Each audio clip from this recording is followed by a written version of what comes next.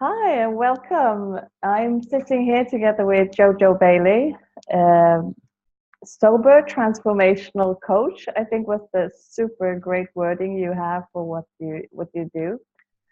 We're together here because, in my eyes, you're an un/believable entrepreneur, and you're also an unbelievable entrepreneur in the normal, so to say, version of the word. Uh, I'm I'm Johanna, and I'm working with a lot of different people in order for me to find the words to name and describe how emotions come into trading and the benefits of actually becoming aware of what you're thinking and what you're feeling, your beliefs, and how to kind of unleash from within a glass ceiling, maybe crash that and go forward. Hmm. Well, I mean, thank you first. Thank you first for, this interview, Johanna, and for allowing me to be an unbelievable entrepreneur, right? That's quite um, an accolade to have. And I feel very honored and privileged to have be part of this group. And it's interesting because we've known each other for a couple of years now. Been on this feminine power training, and to look at me even in the 2 years of knowing you, it's like I'm totally transformed in who I was 2 years, and I'm still evolving as we go, right? Um, so an unbelievable entrepreneur, I was like resistant to it, when you first mentioned it, but I think, yes, I will own that now. And this is one of the things that I've learned, in that when we can stand in the truth of who we are, that is when the possibilities and opportunities become available for us. And when we're anchored into that knowing, we can do what we feel and desire we want to, attain and share, because it's for the greater good of the whole, for the world. That is the path that I think we're all on. And to be an unbelievable entrepreneur is someone who is on that path. So I think it's a great like name that you have, decided to give to this work that you're doing. So, I mean, you've already mentioned a great deal of the things that I feel is unbelievable with you. You are so strongly on your path. But I would like to recap, just give us a very short description of the background, because today you're a best-selling author with your book, and you're a sober transformational coach. But that wasn't, you know, No. it's very new. Yeah. That's what's so interesting to me, right? Like, if you had said 5 years ago this is who I would become, I would have just laughed. Okay, so yeah, 5 years ago I was a different me. I was it's been a whole life of shutdown and turning away from who I know I am to be. I mean, it was this growing up with these limiting beliefs, and in order to cope, there's many ways that we can all cope, right? Some people turn to food, some people turn to, like social media, and I turned to alcohol. And so for, nearly four decades, nearly 40 years, the bottle had become my best friend. And something happened. My sister came back into my life after 34 years, and everything was really, it was great. And, I was still, shut down to who I was. But then I suffered this stroke, and she, she having, been apart from each other for 34 years, she didn't want to lose me again. So she asked if I could, try to stop drinking for a year. And so I thought I would try, and that 1 year has now turned into 5 years, right? And in the whole process, I realized that I was turning away from, actually my true self. And so becoming sober, so the bottle that was my best friend had been removed. So I had to find a replacement for that. So the work I did was to become my own best friend, and in doing so, I had to, find out what I'd been turning away from all my life, like that I wasn't good enough, that I didn't matter, I wasn't important. And these are the struggles of daily life. And like I said, although I chose the bottle, other people who feel that way, they might turn to food or smoking or other social media, whatever, right? So so in that whole process, I did this transformational coaching with Feminine Power and Claire Zammit to reconnect with who I am.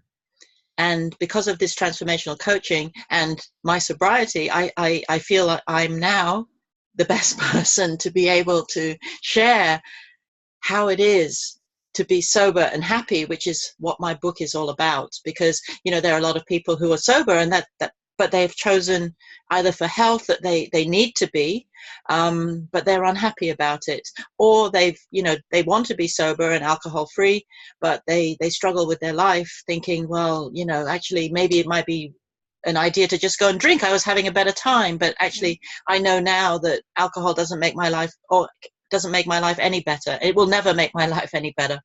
So I want to help people in that way. Because we just want to name, what's your book's name, because I didn't say it, so please say your book's name so we got that out of the way here. Oh, right, sure. Yeah, my book. What's the book? Yeah, no, my book is called Sober and Happy.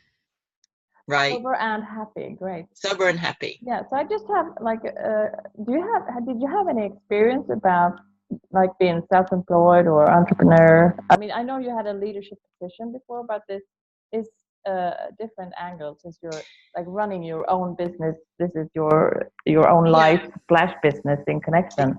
Yeah. Well, when I left corporate, and in early retirement, I retired at 42. That's when I left corporate, and me and my husband, we were very fortunate. We moved to Thailand, and we had a bar and restaurant. I mean, it was great for me, right? And so we ran this bar and restaurant, but we were very lucky. It actually wasn't the lifestyle that, I mean, as an entrepreneur, you really are working 24/7. But in the service industry, I think you're even working more hours than you could ever imagine. So it's really hard work. So we actually sold that business on, and so you had that, you did the lifestyle shift, you could say, into the entrepreneurship, but you were still drinking at that time. Yes. So now you've done a different lifestyle choice with this transformation of yourself and offering it to others in sobriety. Right. Absolutely. Yes. And I think that is such a beautiful word, sobriety. Oh. I mean, it is just as a word. It's like cucumber is nice as well. That's okay. My Swedish. Okay, that's interesting.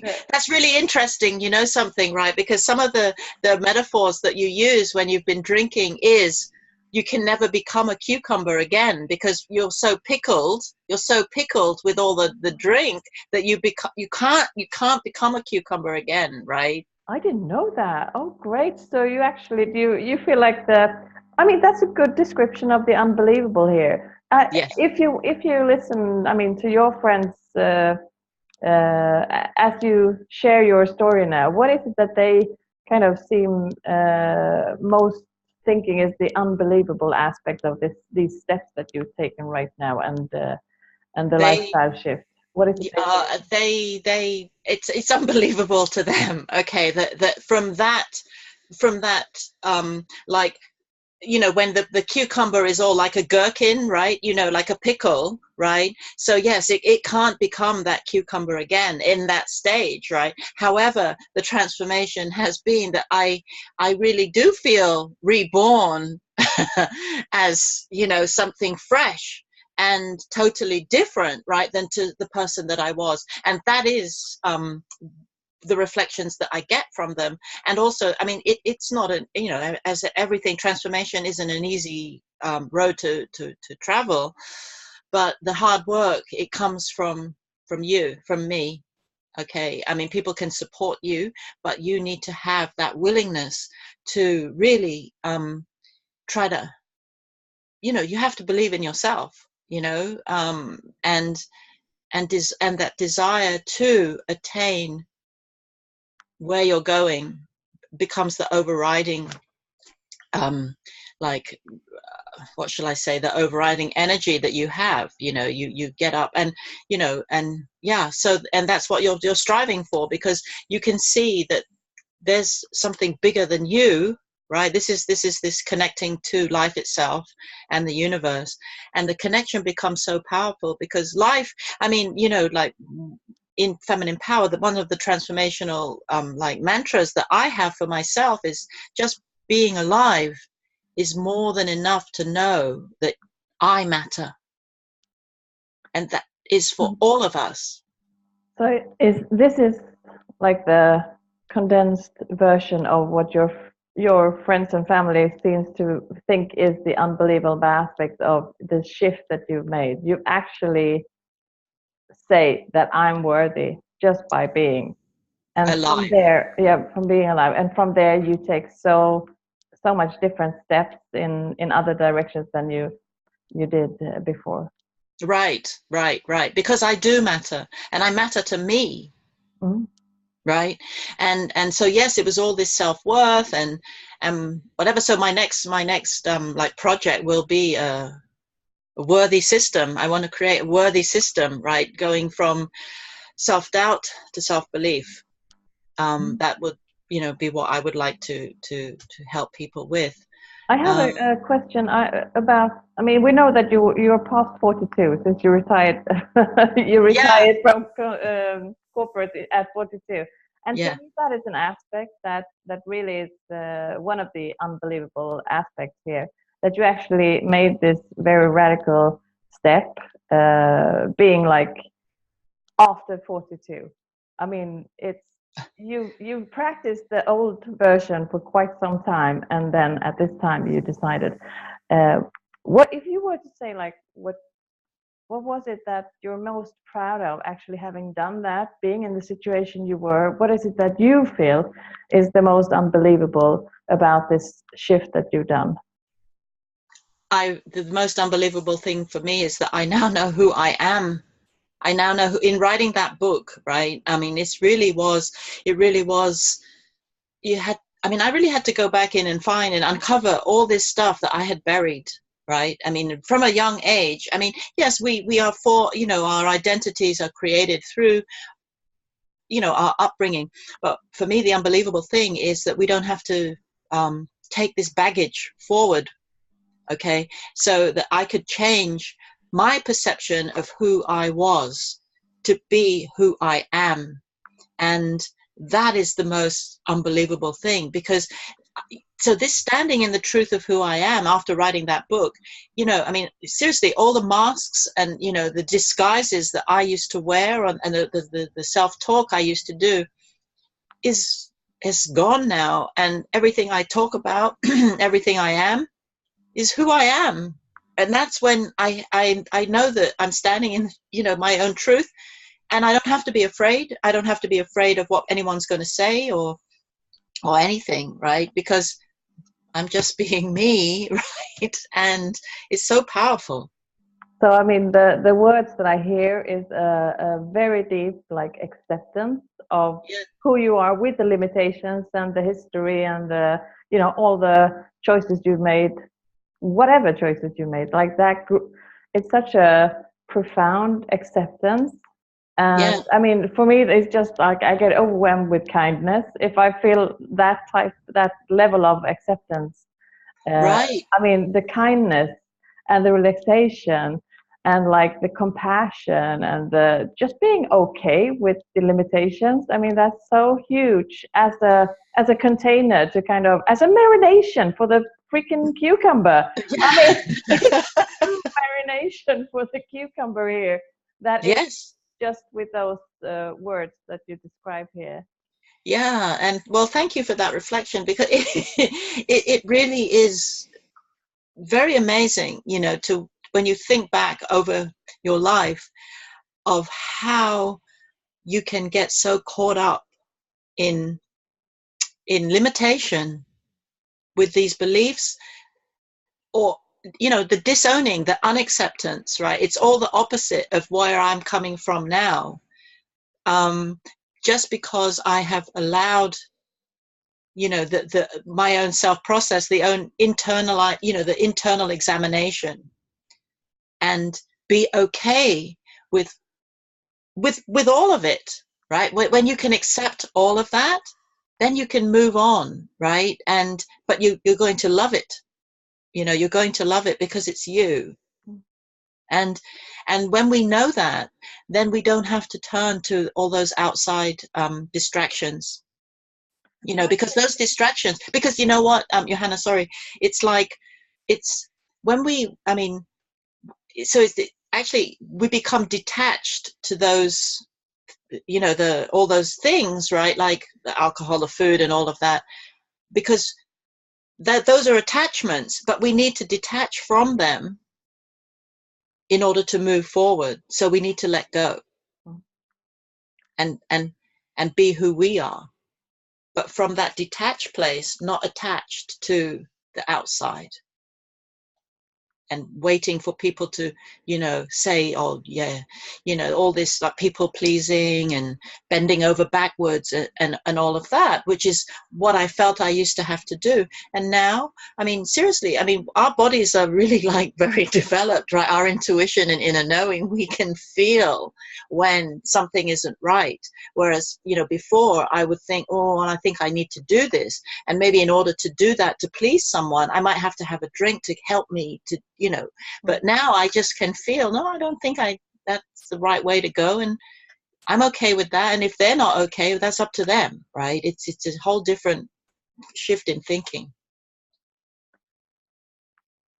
I'm linking, I mean, this acceptance to myself, and the fact that I come from an artist background, and the unbelievable of my path has been to be an artist in business. And really, I've always felt very drawn to the aspects of power, the aspects of passion, as in passionate leadership or authentic, from that place, not like the negative aspects of passion that also are there.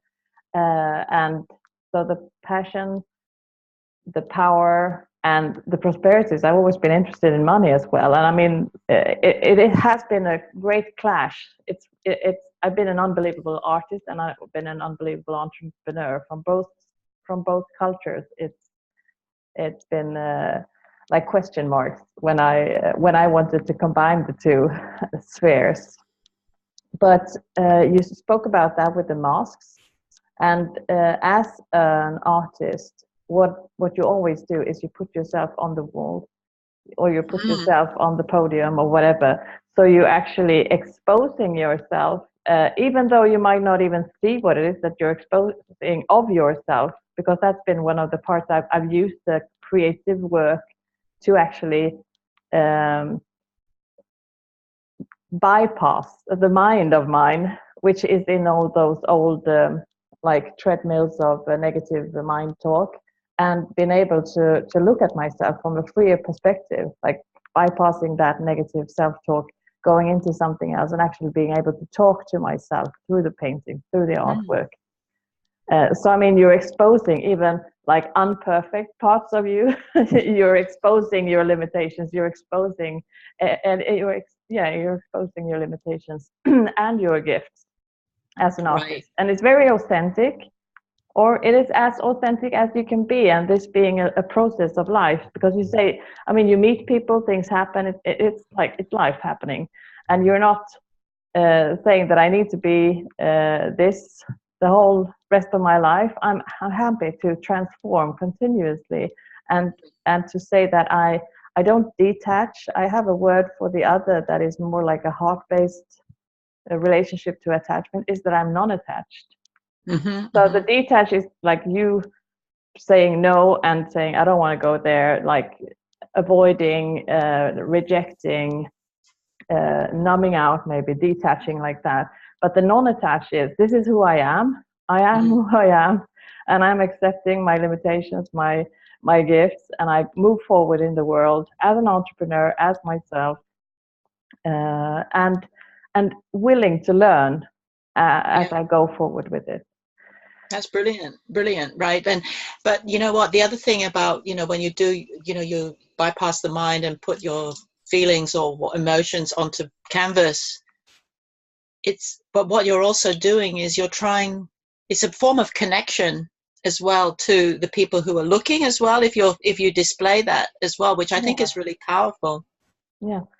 So it takes a lot of courage, and I've actually felt like this is what I offer a lot as me in my coaching, is that I offer the courage and the clarity to name the shit, the limitations, name the problems, name the contrast of what you want or what you desire, what you yearn for, what you really feel passionate about, and where your power is. You can name the disempowerment, you can name that lack of prosperity in all areas of your life. Yeah, So that's the courage it takes, and yeah. it feels like you're taking people's hand and saying it's possible to be sober. I'm taking people's hand and saying it's possible to be courageous. Let's go.